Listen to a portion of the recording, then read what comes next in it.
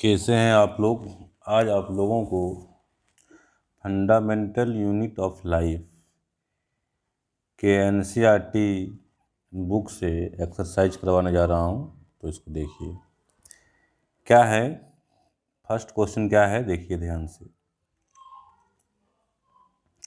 कोशिका किसे कहते हैं? शरीर की रचनात्मक एवं क्रियात्मक इकाई को कोशिका कहते हैं। कोई दिक्कत नहीं है। अब नेक्स्ट सवाल देखिए। नेक्स्ट सवाल क्या है? नेक्स्ट सवाल देखिए क्या है। कोशिका की खोज किसने की? तो कोशिका का सबसे पहले पता रॉबर्ट हुक ने 1665 ईस्वी में लगाया था। 1665 ईस्वी में लगाया था। तो क्या है, उसने कोशिका को पतली काट में अनगढ़ सूक्ष्मदर्शी की सहायता से देखा। यानी कोशिका का खोज किसने किया था? रॉबर्ट हुक ने। कब किया था? रॉबर्ट हुक ने किया था कब? 1665 ईस्वी में। कोई दिक्कत नहीं है। अब हम लोग नेक्स्ट क्वेश्चन देखते हैं। नेक्स्ट क्वेश्चन देखिए 3 नंबर क्या है। CO2 तथा पानी जैसे पदार्थ कोशिका के अंदर और बाहर कैसे आते जाते हैं? ये जो कोशिका है, कोशिका के अंदर CO2 यानी कोशिका के अंदर जो है अंदर और बाहर कैसे होता है, यानी भीतर वाटर जाना है, बाहर CO2 निकलना है, तो ये कैसे होता है? कौन सा प्रक्रिया द्वारा होता है? तो विसरण द्वारा होता है। ठीक है। अब हम लोग नेक्स्ट सवाल देखते हैं। 4 नंबर क्या है, देखिए 4 नंबर का सवाल क्या है कि अमीबा अपना भोजन कैसे ग्रहण करता है? तो अमीबा अपना भोजन कैसे ग्रहण करता है? एंडोसाइटोसिस प्रक्रिया द्वारा। कैसे करता है? एग्जाम में आ सकता है कि अमीबा अपना भोजन कैसे ग्रहण करता है, तो क्या होगा? एंडोसाइटोसिस प्रक्रिया द्वारा। ये बात समझ में आया। अब नेक्स्ट क्वेश्चन देखिए क्या है 5 नंबर। इसमें क्या है कि एंडोसाइटोसिस क्या है? एंडोसाइटोसिस के बारे में थोड़ा जान लेना जरूरी होता है, तो इसको सब जानते हैं हम लोग। क्या है एंडोसाइटोसिस क्या है?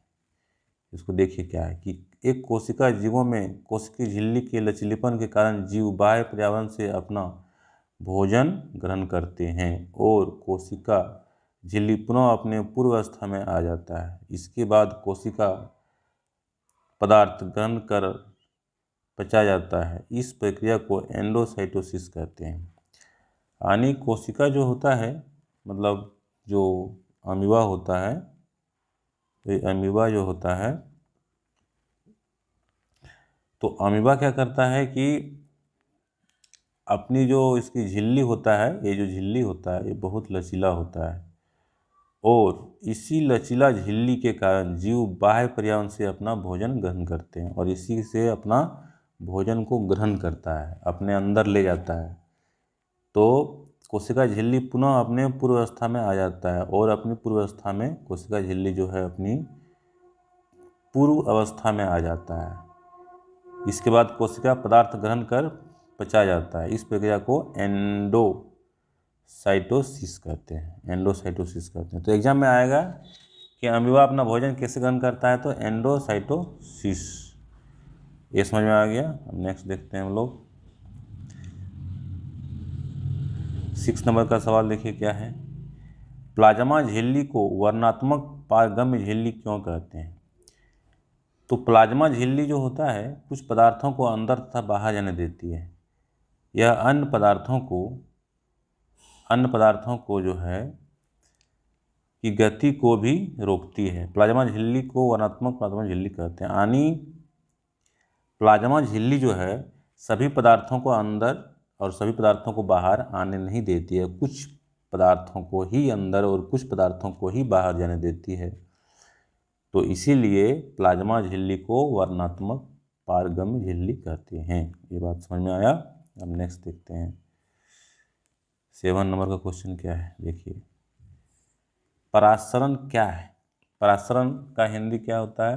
परासरण का क्या है? अंग्रेजी क्या है? ओस्मोसिस। प्रसारण का इंग्लिश क्या है? ओस्मोसिस। तो जल के अणुओं की गति जब वर्णात्मक पारगम्य झिल्ली द्वारा हो तो उसे प्रसारण कहते हैं। यानी जब सेल जो होता है, सेल के अंदर जब वाटर जाता है या तो ये जो झिल्ली है, इस झिल्ली द्वारा जो जाता है तो इसीलिए इसको मतलब हाई, इसमें मतलब कंसंट्रेशन का खेल है कि जो है बाहर कंसंट्रेशन ज़्यादा रहता है, भीतर कंसंट्रेशन कम रहता है, तो बाहर का लिक्विड भीतर चला जाता है। इसी तरह का खेल होता है। ऑक्सीजन भी उसी तरह का अंदर और बाहर होता है। कार्बन डाइऑक्साइड बाहर जाता है, ऑक्सीजन भीतर जाता है। इसका कंसंट्रेशन पे डिपेंड करता है। तो ये जो कोशिका के अंदर जल के अणुओं का गति जो होता है उसी को प्रसारण कहते हैं। ये बात समझ में आया? चलिए आगे देखते हैं हम लोग 8 नंबर का क्वेश्चन। सेलुलोज क्या है? सेलुलोज कहाँ पाया जाता है? सेलुलोज। तो सेलुलोज एक बहुत जटिल पदार्थ है जो पौधों में पाया जाता है। कहाँ पाया जाता है? पौधों में।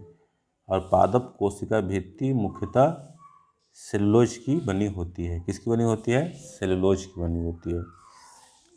तो पादप कोशिका भित्ति सेलुलोज का ही बनी होती है। यानी पेड़ पौधे जो होता है ना, वो सेलुलोज का ही बना होता है अधिकतर। ये बात समझ में आया? अब नेक्स्ट देखते हैं हम लोग। ये नेक्स्ट सवाल है 9 नंबर की जीव द्रव्य संकुचन किसे कहते हैं?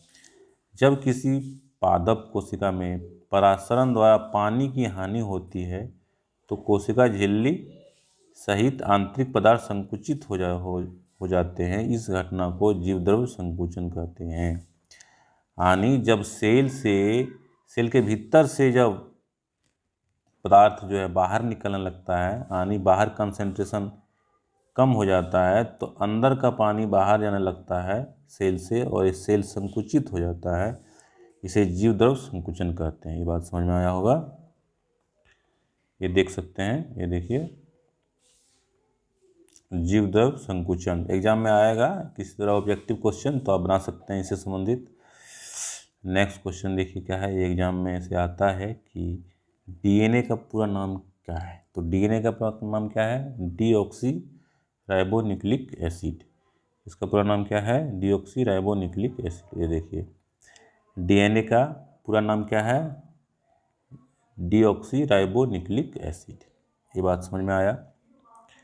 नेक्स्ट क्वेश्चन देखिए 11 नंबर क्या है? एटीपी क्या है? एटीपी का पूरा नाम क्या है? तो एटीपी का पूरा नाम क्या है? Adenosine triphosphate. ये क्या है? यह एक प्रकार का कोशिका का ऊर्जा है। क्या है? एक प्रकार का कोशिका का ऊर्जा है जो माइटोकॉन्ड्रिया में बनता है। इसे माइटोकॉन्ड्रिया को पावर हाउस भी कहते हैं, ऊर्जा गृह भी कहते हैं। ये बात समझ में आया? नेक्स्ट सवाल देखिए 12 नंबर क्या है? कोशिका के किस अंगक में आनुवंशिक गुण होता है? कोशिका के किस अंगक में आनुवंशिक गुण होता है? डीएनए कहाँ होता है? क्रोमोसोम में होता है। क्रोमोसोम में होता है। ये बात समझ में आया?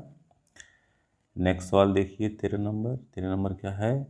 ऐसे 2 अंगकों का नाम बताइए जिनमें अपना आनुवंशिक पदार्थ होता है।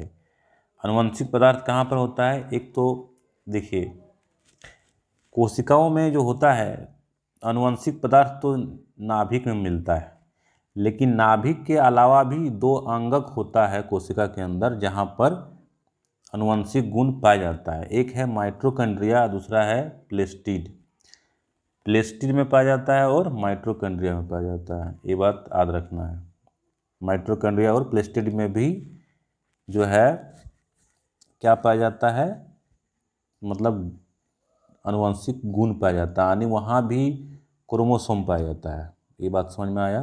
परीक्षा में आ सकता है कि नाभिक के अलावा कहाँ पे क्रोमोसोम पाया जाता है? तो माइटोकॉन्ड्रिया में भी पाया जाता है और प्लेस्टिड में भी पाया जाता है। ये बात समझ में आया? अब नेक्स्ट क्वेश्चन देखते हैं। ये देखिए क्या है 14 नंबर का सवाल कि लाइसोसोम को आत्मघाती थैली क्यों कहा जाता है? तो देखिए इसको क्यों कहा जाता है? लाइसोसोम को आत्मघाती थैली क्यों कहा जाता है? क्योंकि कोशिका चयापचय में व्यवधान के कारण, यानी जब मेटाबॉलिज्म यानी पाचन होता है, मेटाबॉलिज्म के कारण जब कोशिकाएं क्षतिग्रस्त या मृत हो जाती है, जब कोशिकाएं क्षतिग्रस्त हो जाता है या मृत हो जाता है, तो क्या होता है कि लाइसोसोम फट जाता है। लाइसोसोम फट जाता है और एंजाइम अपनी ही कोशिका को पाचित कर देता है। और लाइसोसोम में एंजाइम होता है जो क्या करता है, उस कोशिका को डाइजेस्ट कर देता है। इसलिए लाइसोसोम को आत्महत्या की थैली कहते हैं। ये बात समझ में आया। नेक्स्ट सवाल है और अंतिम सवाल है, देखिए 15 नंबर। क्या है कि कोशिका के अंदर प्रोटीन का संश्लेषण कहाँ होता है? कोशिका के अंदर प्रोटीन का संश्लेषण कहाँ होता है? तो प्रोटीन का संश्लेषण कहाँ होता है? प्रोटीन का संश्लेषण जो होता है, यहाँ पे गलत आंसर दिया हुआ है इस जगह पे, ये नहीं होगा। प्रोटीन का होता है वो जो होता है राइबोसोम में होता है, लेकिन माइटोकॉन्ड्रिया के अंदर भी राइबोसोम पाया जाता है और राइबोसोम में ही जो है प्रोटीन का संश्लेषण होता है। और नाभिक में भी होता है, माइटोकॉन्ड्रिया में भी होता है। माइटोकॉन्ड्रिया क्या करता है, प्रोटीन अपना खुद संश्लेषण कर लेता है क्योंकि उसमें राइबोसोम पाया जाता है। तो ये बात समझ में आया होगा। तो इस जो है इसको लिख लो कॉपी में, और इससे समझने में आसानी होगा, एग्ज़ाम के लिए बहुत इम्पोर्टेंट है। तो लाइक करो और पहली बार आया तो सब्सक्राइब करो। धन्यवाद।